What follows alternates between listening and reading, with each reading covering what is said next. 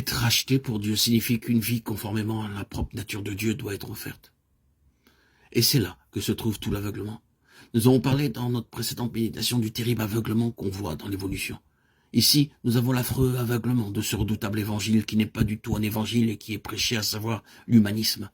Il est dans le pouvoir de l'homme de devenir comme Dieu. Les racines et les graines de la perfection sont profondément dans l'être humain, si seulement il creuse assez profond pour les trouver. Il n'y a aucun besoin d'intervention d'extérieur. Ce n'est pas nécessaire que Dieu intervienne, que Christ vienne dans ce monde. L'homme a en soi la capacité de s'élever, de s'améliorer. Au fond de son être, il est une créature merveilleuse.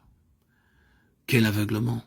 Et vous dites, chose étonnante à la lumière des événements actuels et des conditions présentes du monde, chose étonnante qu'aucun homme ne peut croire, étonnant qu'on le laisse prêcher, étonnant qu'on parle à voix basse d'épouvantables atrocités, pires que celles du haut Moyen-Âge, et qu'aussitôt après on dise qu'il y a dans l'homme la possibilité d'être comme un Dieu.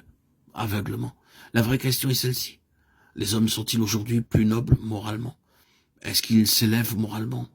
Qui peut dire oui à la lumière de ce que nous savons aujourd'hui?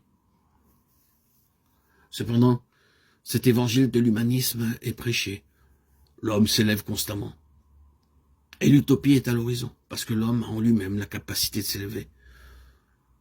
C'est de l'aveuglement. Un terrible aveuglement. Mais voir le Fils de Dieu, le Fils de l'homme, c'est voir l'espoir. C'est regarder dans la direction où se trouve la rédemption.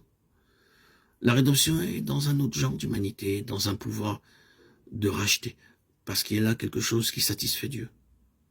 Tout ce qui ne satisfait pas Dieu ne peut jamais être un pouvoir rédempteur. Est-ce que le Seigneur Jésus a le pouvoir? Nous tous ici, nous écrions d'une seule voix, oui, il a le pouvoir, il a la ressource pour le faire. Mais notre question se présente, est-il libre pour racheter? Dans cette affaire du parent rédempteur, une seule chose est considérée comme bien établie, c'est qu'il ne peut avoir qu'une épouse. S'il est déjà marié, il est disqualifié, parce qu'il ne peut pas se marier avec la personne pour laquelle il rachète l'héritage. C'était le problème avec l'autre parent dans le cas de Ruth. Il n'était pas libre. Il était marié et avait une famille. Mais Boaz était célibataire, il était libre, et il pouvait prendre Ruth pour épouse. La voie était parfaitement libre.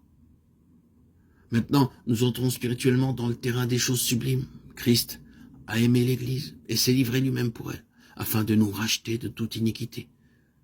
Marie, que chacun aime sa femme, comme Christ a aimé l'Église et s'est livré lui-même pour elle. Éphésiens 5, 25, Tite 2, 14. Le racheté va être uni au Seigneur, et le Seigneur Jésus, je le dis avec révérence, va avoir seulement une épouse. Il n'y aura qu'une noce de l'agneau. L'Église est son unique épouse. Ces rachetés sont les seuls qui vont être amenés dans une telle relation avec lui. Et la voie est libre. Il se tient parfaitement libre pour racheter et accepter les conséquences du rachat, même de se marier avec celle pour qui l'héritage est racheté. La rédemption ne nous place-t-elle pas dans une position très sacrée avec le Seigneur Jésus? La véritable signification du titre qui lui est attribué de parent rédempteur, c'est que nous allons être unis à lui.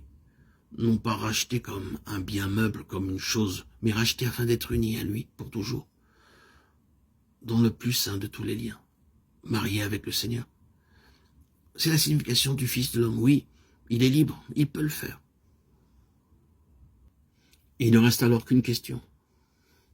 Est-il consentant? Il a le droit, il a la ressource, il a la liberté. Est-ce qu'il veut bien le faire? Oh, combien Ruth et Naomi ont dû attendre en retenant leur souffle et avec des cœurs battants à grands coups pendant que cette dernière question restait à répondre. Est-ce qu'il veut? Ah!